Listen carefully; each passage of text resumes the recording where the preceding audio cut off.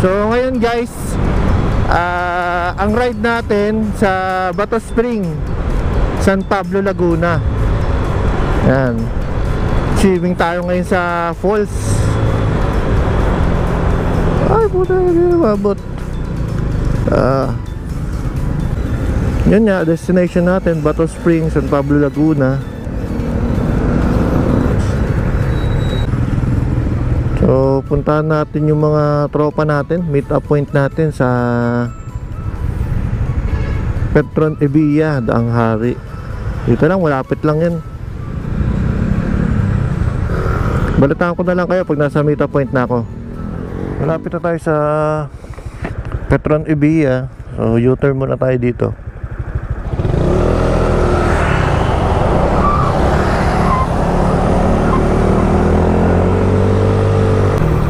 Eto na, Petron Evilla na tayo.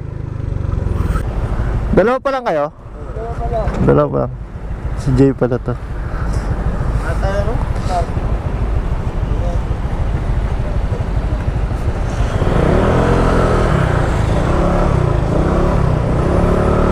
Tayo sa kabila.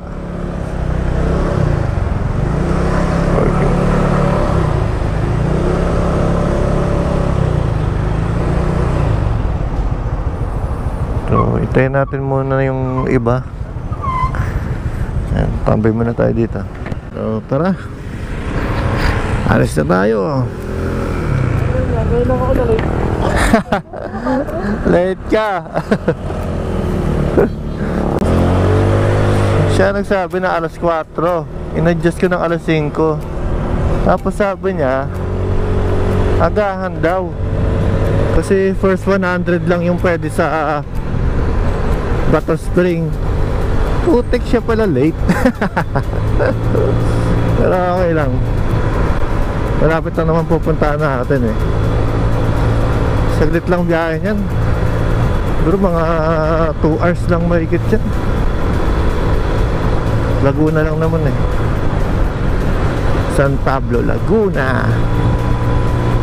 Saka wala naman traffic ngayon. Holiday. Dire-diretso lang yan.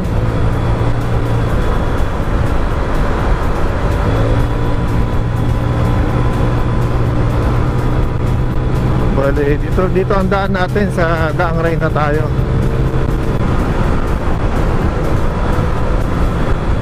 Tapos dire-diretso na sa Calamba.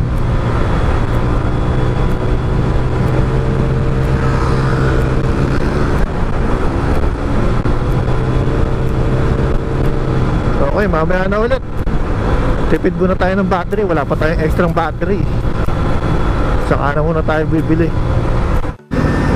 Buti na lang talaga, maganda panahon ngayon. Ganda ng ride namin. Sana pagdating ng Calamba, walang ulan. Ay, hassle pag magkakapote pa eh. Ang dami nagra-ride dyan na. Holiday kasi. Daming riders oh. Grabe, excited na ako mag-swimming.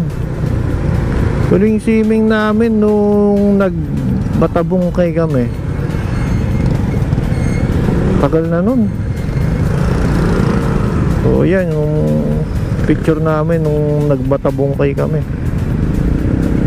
Grabe rin yung takbuhan namin dyan, bakbakan. Sayang, di natin na i-record yun. Wala pa kasi tayong GoPro nun. Eh lang tayo nakabili.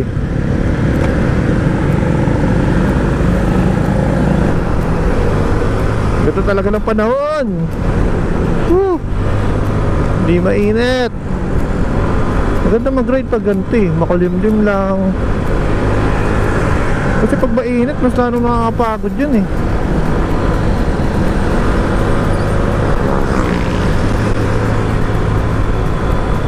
Pag ganito, relax lang. Yan, chill ka lang. Hindi ka masyadong stress. Hindi ka pagpapawisan. Puro lamig lang. So yan, kasama natin si Jay, si Shane, saka si Sir Pao, at si Speed Topper. Yan, naka ADB na puti. Yan. Dati rin siya naka-click 150. Tapos binenta niya. Yan, nag-ADV 150 na siya. So sabi niya, okay naman daw.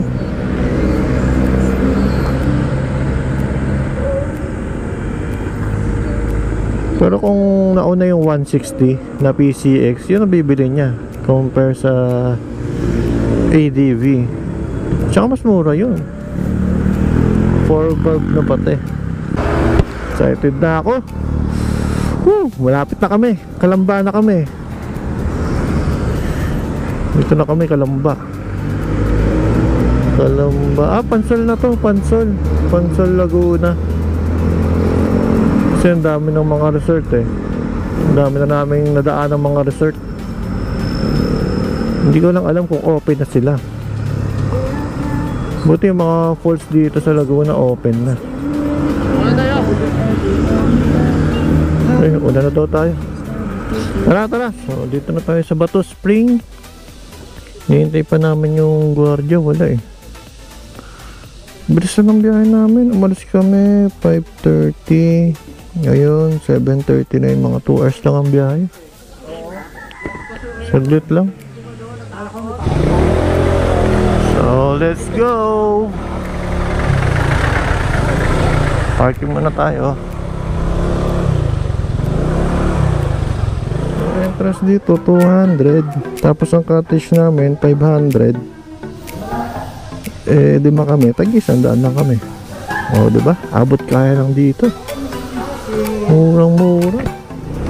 So pagkatapos natin mag-fill up ng health declaration, magbayad ng entrance fee at magbayad ng cottage.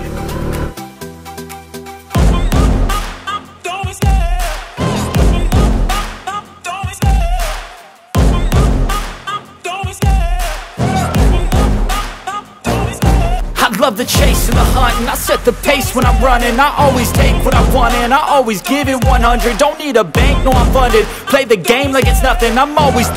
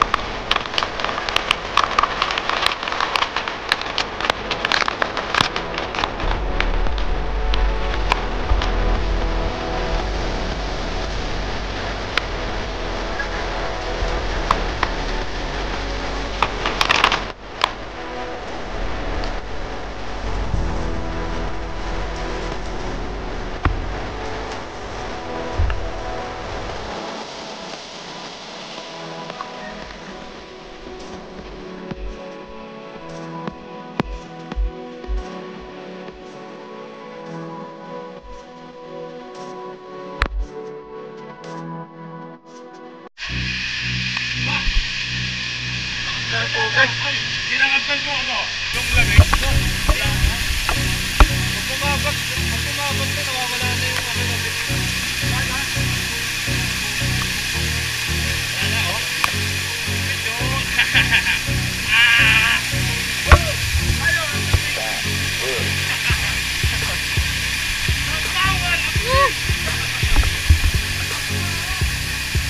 Dito maganda, dito masarap. Ayan, oh. Dito maganda mag-ano, picture.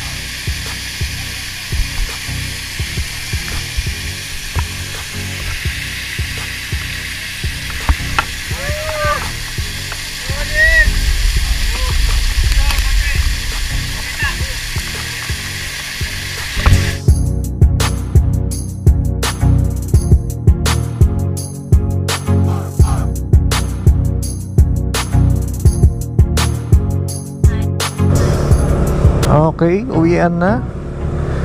Grabe, sulit na sulit talaga dito sa Bato Spring. Sobrang lamig na tubig.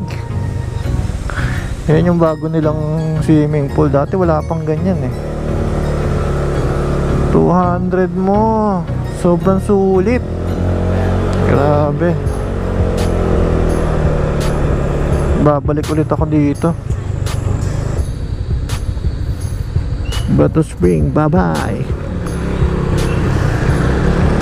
Sa susunod ulit. Sa mga nagbabalak na gustong pumunta sa Bato Spring, siguro kung nasa Manila kayo, ang biyahe dito mga 2 hours mahigit. Yan, mga ganyan, 2 to 3 hours. Tapos kung tinatamad naman kayo magdala ng mga pagkain, tinatamad kayo pagluto, meron dyan, pwede kayo magpaluto dyan para hindi na hassle pa magbitbit pagpunta dyan. Bili na lang kayo dyan. Sakto lang naman yung presyo nila, abot kaya talaga. Tsaka masarap naman yung mga pagkain nila. Kung gusto nyo magbangon, pwede rin naman, para makatipid kayo ng konti. Tapos hati-hati na lang kayo sa cottage. Mura lang din naman yung cottage, marami kayong pagpipilian. Gusto nyong may kwarto, gusto nyo table lang. Yung sa amin table lang eh. Ang price niyan 500 pesos lang. Bale share na lang kayo. Bale ang nagastos ko lang ngayon, kagabi kasi nag full tank na ako eh. Ang nabawas doon, 2 bar lang. Oh, grabe, tipid talaga ng click. Ang gastos ko ngayon, pagdating namin 100 sa cottage, kasi 500 yun, 5 kami. Tapos 200 sa entrance. Tapos bumili ako ng pancit at canton mix. Ano lang yun, worth 200 pesos lang, pero marami na. Tsaka masarap sila magluto. Okay na okay dyan, kung sakali bang paluto kayo. Kumain nga lang kami sa daon ng saging eh. Kasi pag swimming talaga, masarap talaga kumain sa sa daon saging lang. Yan, huwag na kayo magplato-plato. Daon saging na, okay na. Tapos hati-hati kayo, sama-sama kayong kumain doon, mas masaya pa. So pasalamatan ko lang yung mga tumapos na video na to. So maraming salamat sa inyo. At lagi nyo lang akong supportahan. So mga hindi pa nakapag-subscribe, subscribe nyo na yung channel ko and hit the notification bell para lagi kang updated sa mga video na gagawin pa natin. More videos pa sa atin guys. And alam ko na marami pa tayong content na magagawa. So ingat sa atin sa pag-uwi. Pauwi na tayo. Pero sila, diretso silang Cavite. Ako, dadaan pa ako sa nanay at ate ko, nasa Calamba sila. Papabili ng buko pie. Sa Pansol na tayo bumili ng buko pie, para pagdating ko sa kanila, mainit pa yung buko pie. Masarap pa kainin.